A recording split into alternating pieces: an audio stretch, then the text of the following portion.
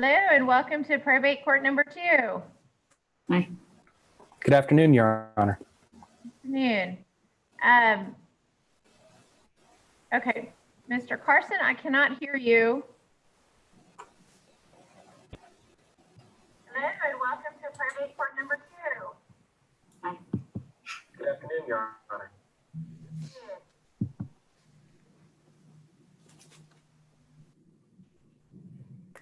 That doesn't look good. Mr. Carson, you have to join audio. It may not work with his earbuds. Mr. Carson, did you hear that? Your earbuds. Oh, there it goes. Okay, and I have Mr. Stavron appears to be on audio, and then I have an 817 number that ends in 034. Does anyone know who that is? Mr. Carson, I can't hear you.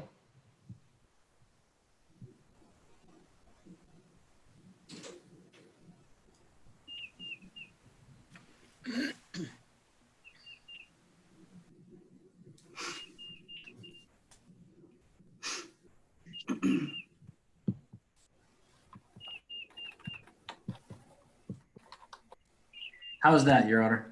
Okay, I can hear you now. It seems like the person who was on the 817 number has left. That was me, Your Honor. Oh, that was you. Okay. All right. Well, welcome to probate court number 2. We are live streaming on YouTube for the Office of Court Administration. If you are joining us on YouTube, you may not record this proceeding in any matter that is against Texas law. Counsel, I'm going to ask you to introduce yourself for the record and who you represent, and then who's with you today or with us virtually. Mr. Stavron, I'm finger over something. It looks a little strange. You want to remove your finger. All right. Looks like he froze up, Your Honor. Okay. Patricia Cole here, Your Honor, for Ion Stavron. She is not present today, even though I believe the notice letter stated that she may be. Okay. Your Honor, my name is Chris Wilmuth, and I represent Sam Stavron. He is present, and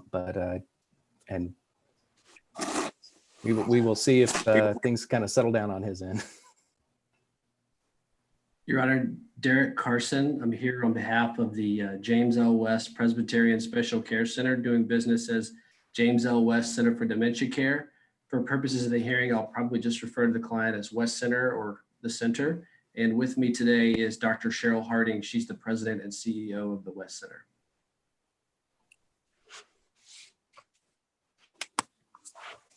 Okay. Mr. Carson, is she going to be a witness today? Yes, Your Honor. Okay. And does Dr. Harding have a notary with her? No, Your Honor. My understanding of that provision was if you're approving up a document in front of a notary, I didn't understand it to apply to an oral witness at the hearing. Okay. I just need to know so that we can proceed accordingly, whether there's a notary there or not. So if there's not, that's fine. There's not, Your Honor. Okay. So we're here on the application for a temporary administration, and I assume it's not agreed to. We agreed to it, Your Honor. Okay. Yeah, we object, Your Honor. Okay. All right. Mr. Carson, why don't you tell me briefly about your application, which I have read, and when I'm looking around, I'm looking at motions on my other screen and as well as the code. So please don't take offense to that. And then I'm going to ask Mr. Wilmuth to briefly state his objection.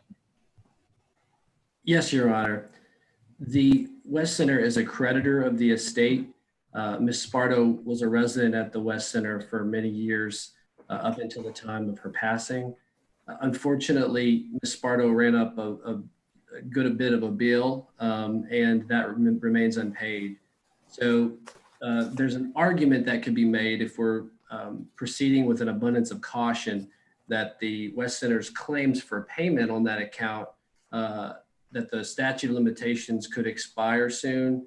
So in order to avoid that result, that's the primary purpose for the application today, is to have someone to serve with the center's claims to avoid any limitations issues.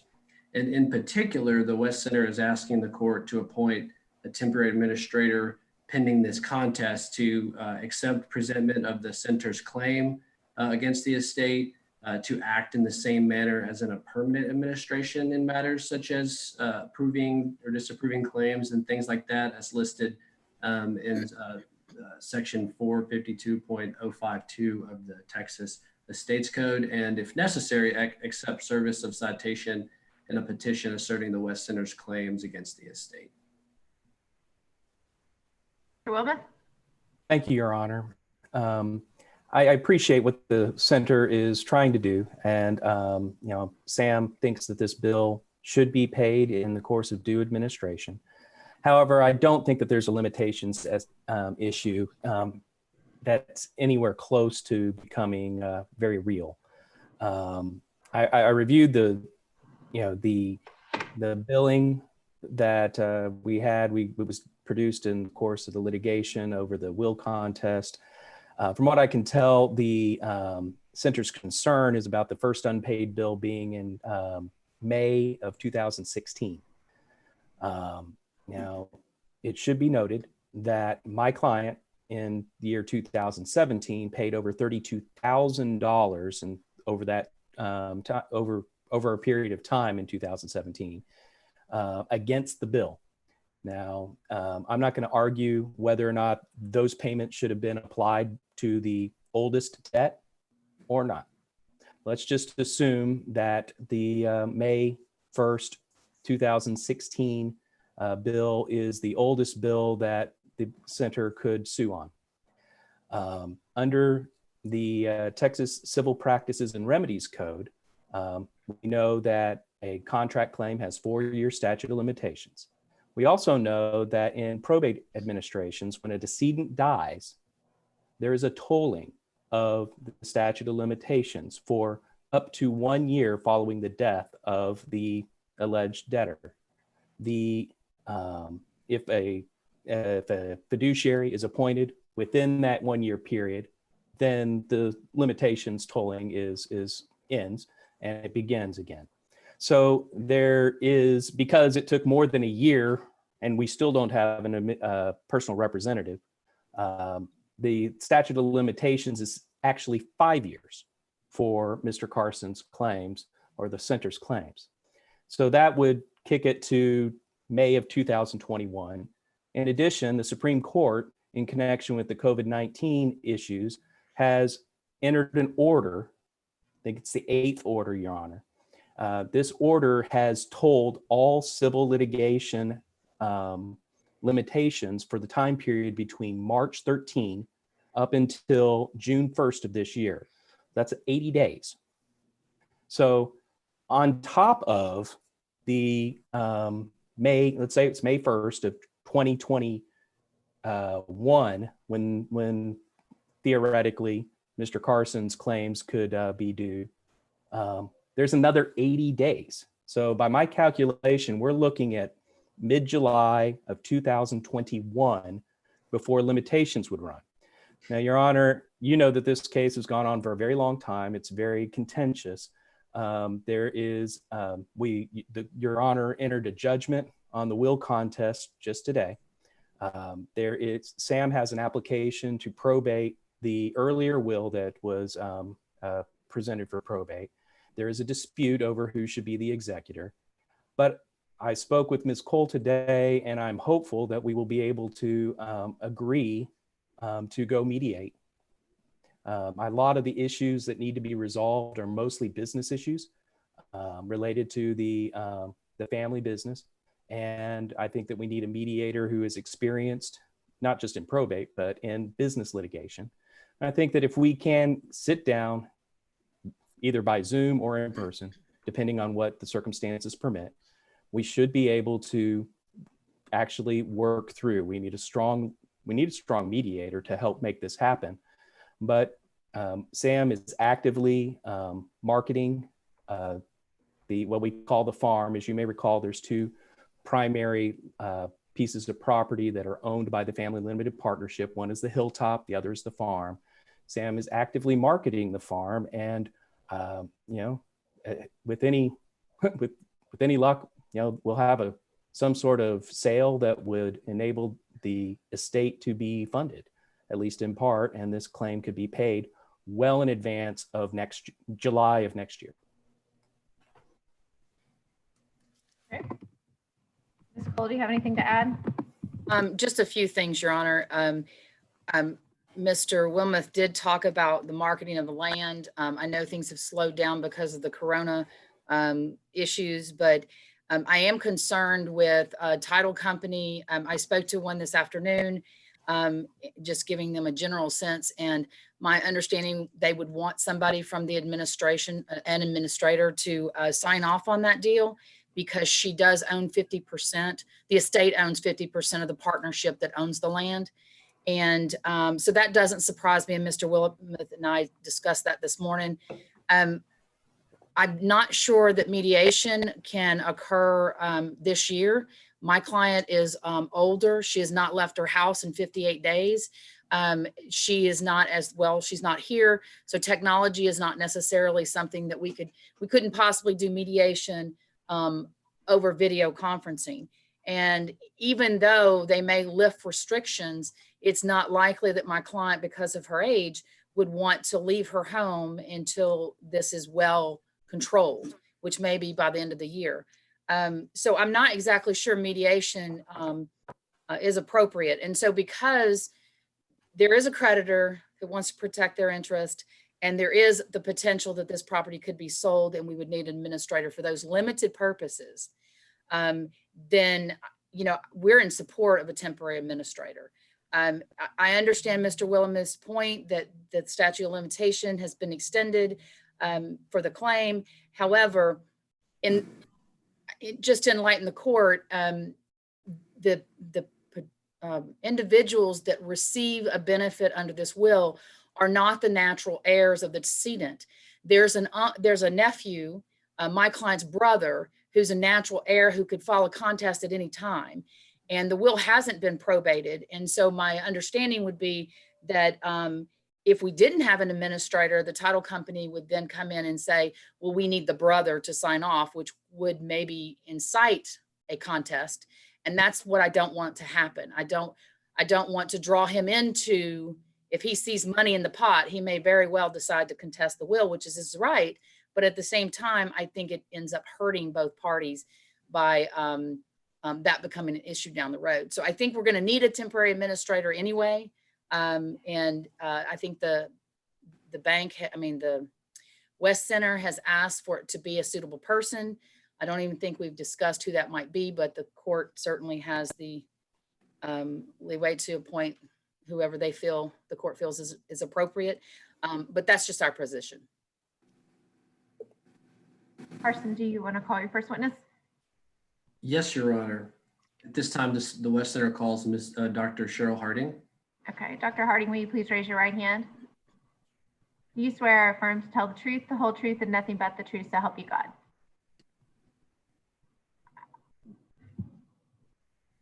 We can't hear you. I saw you shake your head yes. Can you hear me now? Yes. I do. All right, thank you. Go ahead. Please state your full name for the record. Cheryl Harding. And who is your employer? James L. West Center for Dementia Care. And what is your role at the West Center? President and CEO. How long have you been the president and CEO of the West Center? A little over 2 years. Did you have any other roles at the West Center prior to becoming president and CEO? No. Do you recognize the name Carnation Sparto? Yes. Who is she? She was a resident here. Do you recall when she was a resident at the West Center? Yes, she moved in November of 2008 and was deceased in January 2018. Dr. Harding, are you aware that this probate proceeding in which we're in a hearing today relates to Mrs. Sparto's estate? Yes. Are you generally aware of the residents' accounts at the West Center, what they owe, that sort of thing? Yes. Are you familiar with Miss Sparto's account at the West Center? Yes. Yes. How are you familiar with Miss Sparto's account? I review all past due accounts, and so I was made aware of her account when I came to work here. So fair to say you did an inquiry and examined her account? Yes. What is the status of Miss Sparto's account? It is past due for $99,050. And what do those charges represent? Room and board and some ancillary charges such as beauty shop. So Miss Sparto, or her estate rather, currently owes the West Center that entire balance? Yes. Which month's invoices do those amounts cover? So it's a little hard to determine exactly the months, but in 2015, fall of 2015 is through all the way through spring of, I believe, March of 2017, there were no payments made. So about 18 months, no payments were made. There were payments made April 2017 until the end of 17 when she passed in January of 18. However, they were already behind at that point and it remains behind at $99,000. So there's a period from late or fall 2015 through all of 2016, and then the first few months of 2017 where the invoices were not paid. Correct. Does the West Center intend to file a claim to seek recovery of the outstanding balance? Yes, we do. And based upon your inquiry and examination into Ms. Sparto's account, do you believe that the claim is just and that all known offsets, payments, and credits have been allowed? Yes, I do. And what was the West Center's purpose in filing this application for a temporary administrator primarily? To make sure we didn't run out of our statute of limitation and to have an administrator to file our claim against.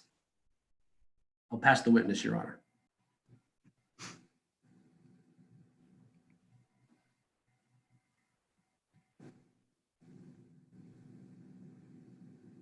Mr. Wellman?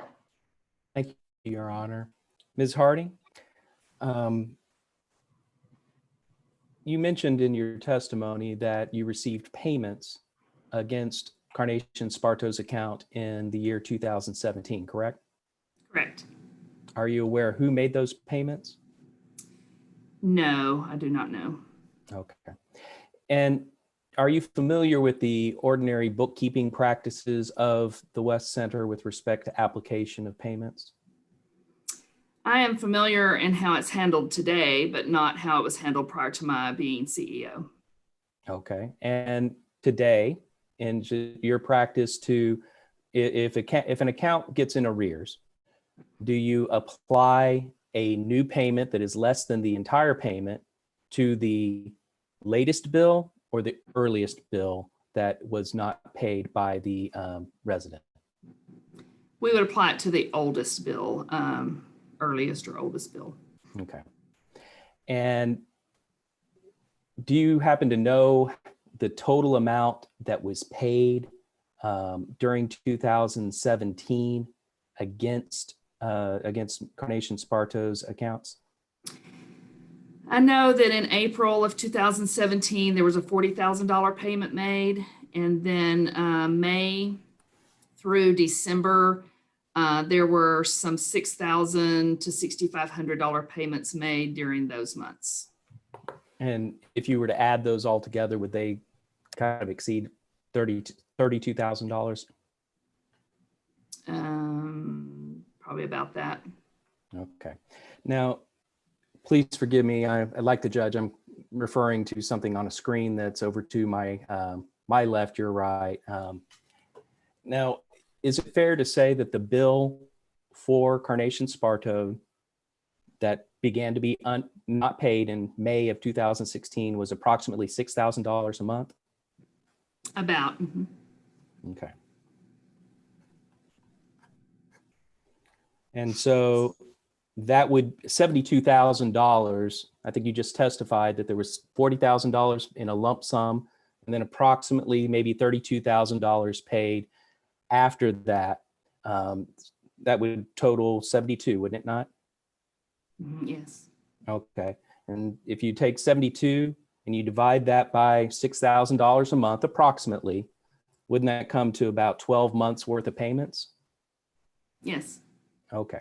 So arguably, if the earliest missed payment by for Ms. Sparto was May of 2016, and there were approximately 12 months worth of payments made between after that, then in theory, the earliest unpaid bill would be April or May of 2017. Is that correct? So I think I heard you say the earliest payment or earliest late bill was 2016. It was actually 15. Okay. October 15 is when they started to fall behind. Okay. There were no payments October 15 through March 17. Okay, so if I have if there's a record produced by James L. West, JLW 116, that shows that payments were made in the amount of $62.62 on October 1st, and there's $60.60 on November 1st, 2015, $62.62 on December 1st, 2015, $62.62 on January 1st, 2016, and again, payments made in February, March, and April. Should I not be able to understand those as having been paid? So I don't have the luxury of a document in front of me the way you do. So I would have to go back and review, but my review of the records prior to this call do not reflect what you just read. So I can't agree with that. Okay, I understand. But if I have a document generated by James West indicating that there was a payment on a particular date, can I rely on that record? I would need to see the record. Okay.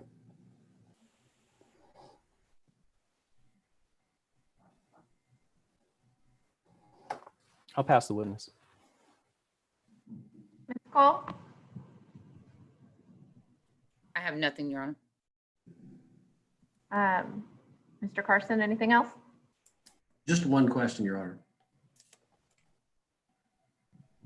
Dr. Harding, do you know how, under the law, payments against an account in arrearages is treated for limitations purposes? Not really. No further questions, Your Honor. Mr. Wilmoth, anything? Nothing further, Your Honor. Thank you. Okay, Ms. Cole? Nothing, Your Honor. All right, Mr. Anything else? If I could, Your Honor, just make a couple of other points of argument. Is that okay? Sure. The first thing is that I appreciate Mr. Wilmoth's statute of limitations analysis a lot and find it very reasonable. Don't want to argue for the expiration of the West Center's claims. The only point to be made here is just that the West Center has been patiently waiting on this proceeding to conclude before filing its claim. And the consequences would be dire if we waited too long to file this application. And Mr. Wilmoth isn't in a position to negotiate at this time on behalf of the estate to give the West Center the assurance that it would need, that's how the limitations issue is being analyzed. There are, I don't really want to make them, but there are other arguments to be made about when limitations could accrue. So this application is being submitted out of an abundance of caution. Mr. Wellman? Your Honor, I would simply reiterate my argument from earlier that this is premature and that there's not an immediate necessity for the appointment of a temporary administrator. I understand that there is a contest pending, but I think the court should be very reluctant to appoint a temporary administrator, even if it's just for a limited purpose. If the court feels inclined to entertain this application, which I believe is way premature, my client, Sam Stavron, would be more than happy to serve as the temporary administrator for this limited purpose. He is not disqualified, and I think he is more than able to serve in that capacity.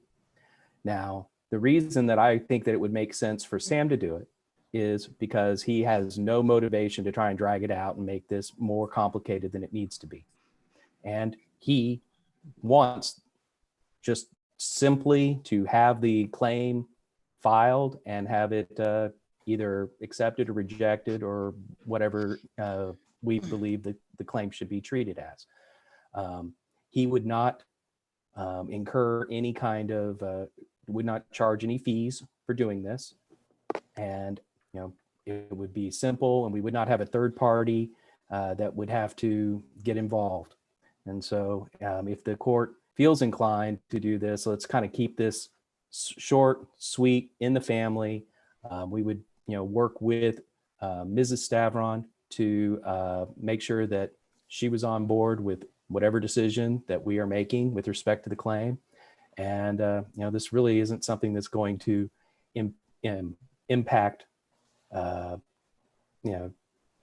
negotiations for settlement. I don't think. I think it's just keep it simple. Ms. Cole? Well, as your Honor can imagine, we absolutely disagree with Sam Stavron serving.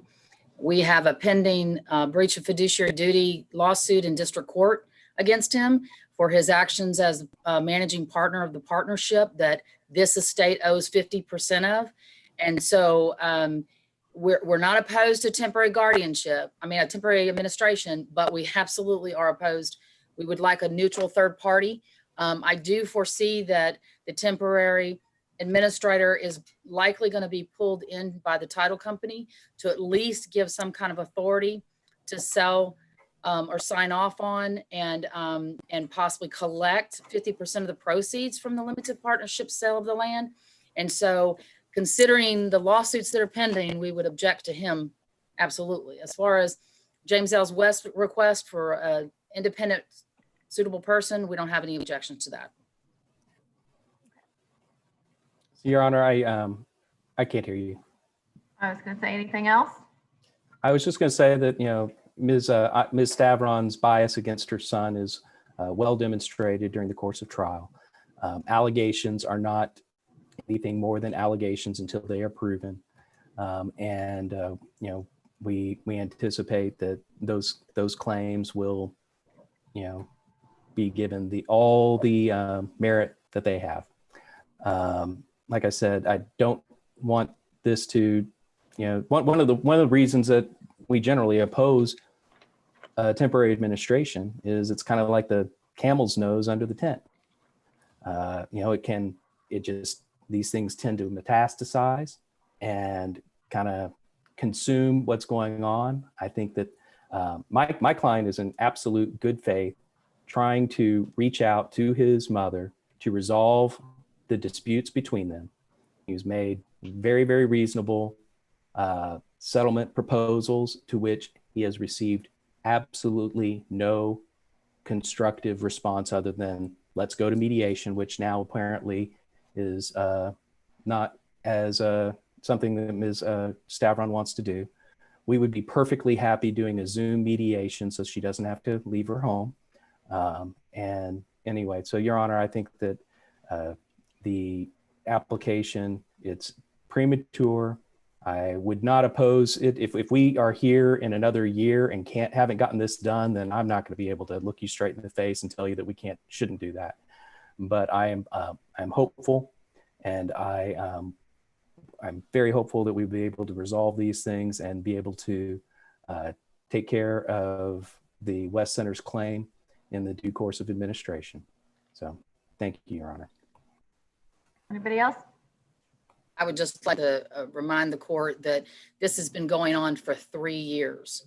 3 years. This is not something that's brand new. She passed away in 2017, and we've got 2 remaining lawsuits to try. We've tried one of them, and I just don't see where trying to throw my client under the bus, Mr. Wilmoth, is fair.